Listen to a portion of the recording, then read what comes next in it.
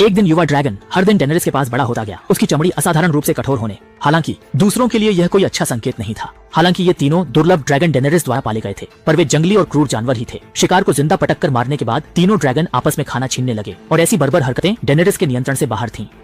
Daenerys को एहसास हुआ कि तीनों ड्रैगनों की प्रवृत्ति सामने आ रही है और अगर वह इन्हें सही से नहीं संभाल पाई तो यह एक विनाशकारी आपदा बन सकती है। एक छोटा लड़का और उसका पिता मवेशी चरा रहे थे, तभी ड्रैगन लड़के के सामने आ गया। आसमान में उसकी काया विशाल थी। इसके बाद ड्रैगन ने भेड़ों के झुंड पर आग उगली, दूर आसमान में उड़ गया। जल्द ही चरवाहा महल के सामने शिकायत लेकर पहुंचा। डेनेरिस के सामने उसने अपनी गोद में पकड़े पैकेट को खोला जिसमें ड्रैगन द्वारा जलाई गई बकरी थी। अब उसका पूरा झुंड ड्रैगन ने खा लिया था। चरवाहे के नुकसान की भरपाई के लिए डेनेरिस ने उसे 3 गुना मूल्य की वस्तुएं मुआवजे के तौर पर दी। इससे चरवाहा संतुष्ट होकर चला गया, लेकिन अगला आम नागरिक जब मिलने आया तो वह निराश था। रोते हुए उसने अपना पैकेट खोला जिसमें एक 3 साल का बच्चा था। वह बच्चा खेलते खेलते बकरियों के झुंड के पास पहुंच गया था और उसे जिंदा जलाकर सिर्फ हड्डियों का ढेर बना दिया गया। इस समय डेनेरिस को एहसास हुआ कि उसने अपने बच्चे पर नियंत्रण खो दिया है, इसलिए वह खुद ड्रैगन को बंदी बनाना चाहती थी। लेकिन जब उसने उसकी आंखों में देखा तो डेनेरिस समझ गई कि ड्रैगन अब पहले जैसा नहीं रहा, वह उसकी बात नहीं मानेगा। इसके बाद ड्रैगन फिर आसमान की ओर उड़ गया और डेनेरिस अकेली वहीं खड़ी रह गई। बाकी दोनों ड्रैगन अपने बड़े भाई ड्रैगन की तरह न बन जाएं। डेनेरिस उन्हें अंधेरे तहखाने में ले आई और उनकी आंखों के सामने भारी बेड़ियां तैयार कर दी।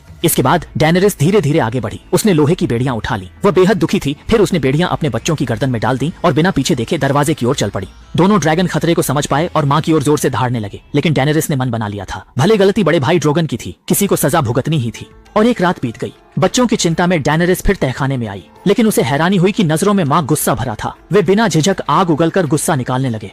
डेनेरिस डर के मारे तुरंत वहां से चली गई। उसे समझ नहीं आ रहा था कि अब क्या करे। कुछ ही समय बाद जब डेनेरिस अखाड़े में मुकाबला देखने गई थी, दर्जनों हत्यारे अपनी पहचान उजागर कर देते हैं। वे तेज हथियार निकालते हैं और डेनेरिस को मारने की कोशिश करते हैं। वफादार पहरेदार एक एक कर जमीन पर गिरते जा रहे थे। डेनेरिस को एहसास हो गया कि उसकी जिंदगी अब खत्म होने वाली है और वह मौत का सामना करने के लिए तैयार हो गई। लेकिन ठीक उसी जीवन मृत्यु के मोड़ पर एक ड्रैगन की गुस्से भरी दहाड़ आसमान में गूंज उठती है। इसके तुरंत बाद ड्रैगन भयंकर आग के साथ डेनेरिस की ओर उड़ता है, फिर सीधा अखाड़े के बीचों बीच उतरता है और दुश्मनों पर पागलों की तरह झपट पड़ता है। इसके बाद ड्रैगन ने अपनी आग उगलकर हथियार लिए लोगों को चला डाला। अचानक अखाड़े में चीख पुकार मच गई और डर ने हत्या की तैयारी कर रहे हथियारों को घबराकर भागने मजबूर कर दिया। डेनेरिस ने देखा कि ड्रैगन उसे बचाने के चक्कर में घायल हो गया है, तो वह तुरंत आगे बढ़ी और उसके शरीर से भाला निकाला। दर्द के मारे ड्रैगन ने मुंह खोलकर दहाड़ लगाई, लेकिन जब उसने देखा कि सामने उसकी मां है तो अगले ही पल वह शांत हो गया। अपने बच्चे को दोबारा चोट न लगे, इसके लिए डेनेरिस ने ड्रैगन की पीठ पर चढ़ना शुरू किया और धीरे से उसे कहा, अब उड़ चलो। सोचा नहीं था कि ड्रैगन सच में मां की बात समझ गया। उसने शरीर संभाला और आगे दौड़ने लगा। इसी पल डेनेरिस पहली बार अपने बच्चे को काबू कर पाई और आसमान में उड़ने लगी। शायद तभी उसे एहसास हुआ कि ड्रैगन को कैद करना गलत फैसला था।